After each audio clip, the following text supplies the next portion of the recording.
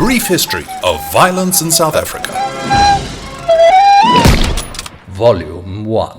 100,000 years ago, South Africa was a piece of land that looked like this. After another peaceful 56,000 years,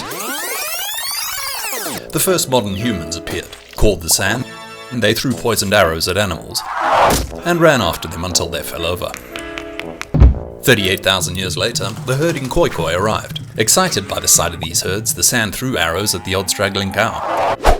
So in the first official act of violence in our land, the Khoikhoi threw arrows at the San, who ran to the north. After 400 years of harmony, the Bantu arrived. The largest tribe, the Nguni, settled here, before splitting into the Zulus and the Xhosas, who bumped into the Khoikhoi. Hello there. Sharing the same views on cattle as currency, they had no need to throw arrows at each other. And so, despite the odd death by arrow, for the first 44,000 years of human habitation, South Africa was a relatively chilled spot. Then the spice-obsessed Portuguese passed by, followed by the Dutch, Huguenots and Germans, who set up a pit stop for spice-obsessed passerbys. A cattle-related squabble between the Dutch and Khoikhoi led to the first official war,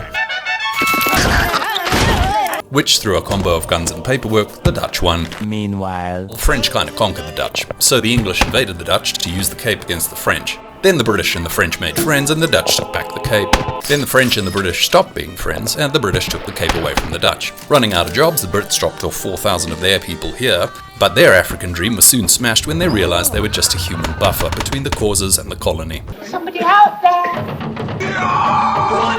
Shaka Zulu expanded his kingdom by asking other tribes to join him. If they said no, he used his buffalo formation until they said yes. He gave the Brits support to thank them for patching him up after he was almost killed by his brothers. He was then killed by his brothers. Fed up with being ruled by the Brits, the Dutch, aka the Voortrekkers, travelled north on wagons at a rate of 3 centimetres a day. bye, have a great time. And as these peoples moved about this patch of land, they occasionally bumped into each other, resulting in a couple of wars. Well, maybe more than a couple.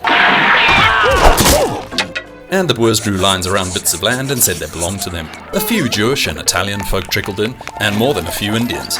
And with the discovery of diamonds and gold, Damn, son, where'd you find this? a flurry of European mining pioneers who called themselves landlords. Then came the Anglo-Zulu War, which led to another 8 battles, as well as a grandly staged but racist film with Michael Caine. I feel ashamed.